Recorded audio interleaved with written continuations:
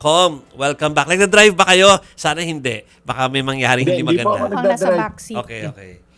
Kung makasenyas kasi yung aming sabi niya nagda-drive kasi sabi ko nag-worry ako bigla. Bote pasahero lang pala. So, para lang dun sa mga viewers natin, Kong Joel, ipa-describe ano ba yung pwede mangyari doon sa pre-trial conference ngayong June 18. Ano yung aasahan dapat doon? Dito po sa pre-trial conference, pag-uusapan po dito yung stipulation of facts. Ibig sabihin, mga facts na pagkakasunduan ng magkabilang panig. Dito rin ay magmamarkahan na ng mga ebidensya. At dito rin ay i-identify yung mga testigo kung sino-sino. Yun po ang mangyayari po dito sa pre-trial conference. So confirm ba yung lumabas sa mga pahayagan na more than 30 witnesses from from PROSEC yung ipapalista nyo doon sa mangyayaring pre-trial? Opo, more or less, yun po yung mga testigo ng... Pero ito pong 30, more or less 30 witnesses ay sa 4 na articles na po ito.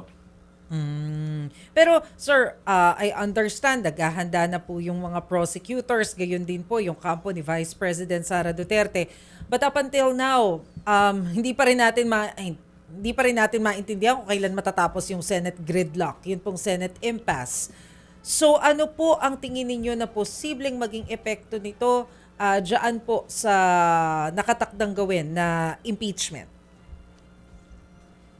Well, hopefully, dito po sa pagtawag po ng ating Pangulo ng special session ay masolusyonan na rin po itong issue.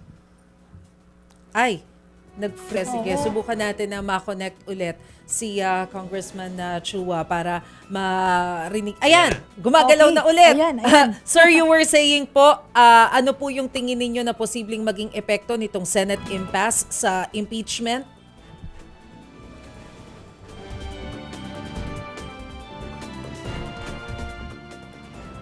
Congressman, can you hear me? Sir? Nako, di yata tayo na Phoner ririnig na lang ni kaya. Congressman. Oo. Kasi nasa mobile po siya, umaandar kasi, kaya nagkakaroon tayo ng problem sa signal. Pero subukan po natin siyang tawagan sa telepono para mas makausap po natin siya ng malinaw. O kasi yung question mo, may follow-up question ako dyan pagka nasagot na niya. Oo. So, Ayan. okay. Gumagalaw na ulit. Okay. Congressman, naririnig niyo po ako?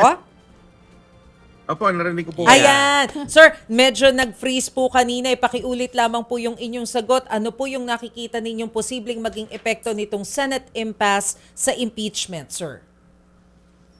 Well, hopefully, sa 18, sa Huwebes, ay magkakaroon po kami ng special session ngayong Wednesday. So, hopefully dito, yung Senate impasse ay ma-resolve na. Oo. And kapag po ganito na nagpapatawag ng special session, ano yun, sir? It's safe to assume na makaklaro kung sino yung pwedeng maging Senate President, kung sino yung mag-head ng committee. Kasama na po dyan yung magiging presiding officer for the impeachment trial. Ganun po ba? Well, ang purpose po kasi ng special session ay para aksyonan yung mga nakabinbin na mga legislative measures, no? Kasi kung maaalala po ninyo, yung Senado, 2 araw po na hindi nagkaroon ng session dahil nga po dito sa kanilang kaguluhan. So, hopefully dito, sa special session ay kung sakasakali, di ba may mga balibalita na magkakaroon na ng linaw ang mga majority. So, hopefully dito, mariresolve ito. Okay, ano yan Kong Joel, hopefully by the 18th ay meron ng resolution yung problema na yan ng Senado. Pero kahit na beyond that, ang pinagtatalunan ngayon ay kung sino-sino yung pwedeng magkaroon ng desisyon or judgment doon sa impeachment kapag ito'y natalakay na. Isabihin, meron kasing sinasabi itong si Senator Ping Lacson daw na parang sana yung maski yung mga nakadetain ay magkaroon din ng partisipasyon. Ano ba ang inyong pananaw dito, Kong Joel? Sa akin pong pananaw, hindi po ito magiging posible. Okay. Kasi meron pong decided case yung People versus Maceda kung saan sinasabi po dito pagka yung naaresto po no at nakakulong ka ay hindi ka po pwedeng mag-perform ng iyong function. So, pagka ganun po, meron pong preventive suspension na mangyayari. At yung preventive suspension po ay automatic at mandatory.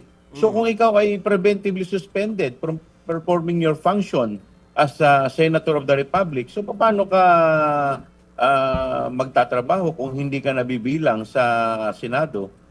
So kung kayo po ang tatanungin, sir, 22 lamang yung senador na pwedeng magdesisyon tungkol dito sa impeachment. So, kumbaga, hindi makakasama si Senator Jinggoy Estrada dahil siya yung kasalukuyang na-detain and we don't know kung nasaan po si Senator Bato. Tama po kayo dahil yung sinasabi naman sa batas all members pero siyempre hindi naman ang presumption doon wala kang legal impediment. Yeah. Paano kung kagaya sa sitwasyon po nila may mga legal impediment. So dapat po yan ay kung sino lamang yung dumating at dumalo. Present, kumbaga. Yung present. Physically present. Tama po. Physically present. Oo, tama nga naman. Sabi nga ni Kong Jervy Luistro kanina, kung hindi mo nakita yung ebidensya, hindi mo narinig, hindi mo nakita mo yung buong proseso, paano ka magdedesisyon? Oo, kaya sabi niya... Saka alam po ninyo, go ahead.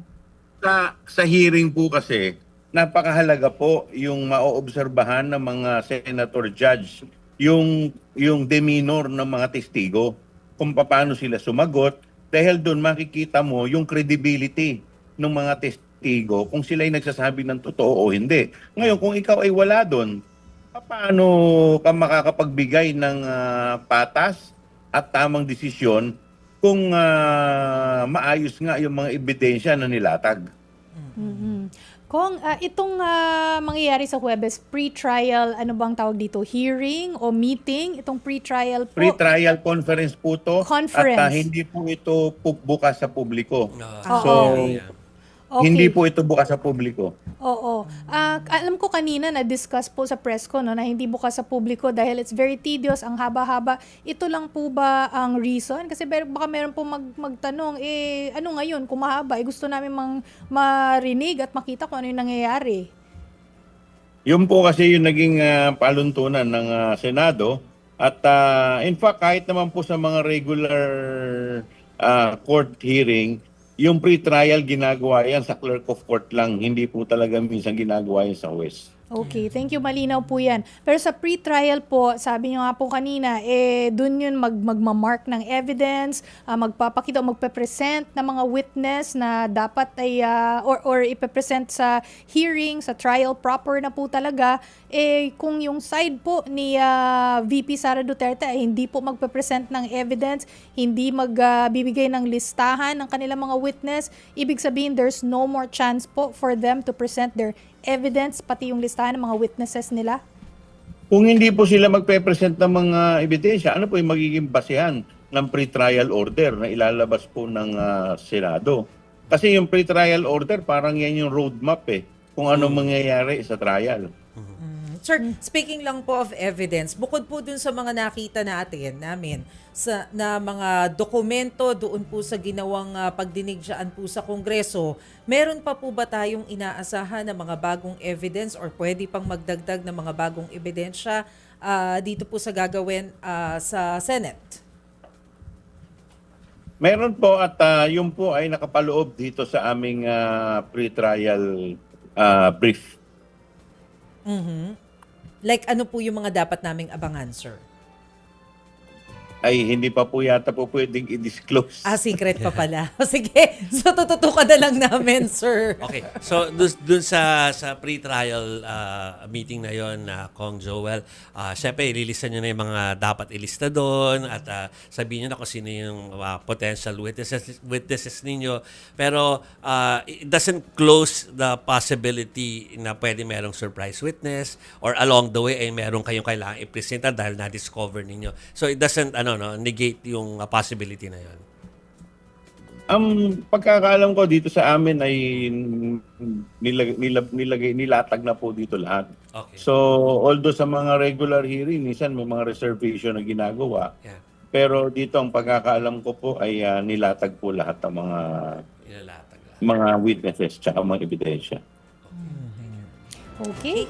Maraming salamat sa iyong oras and good evening, House Prosecutor Congressman Joel Chua.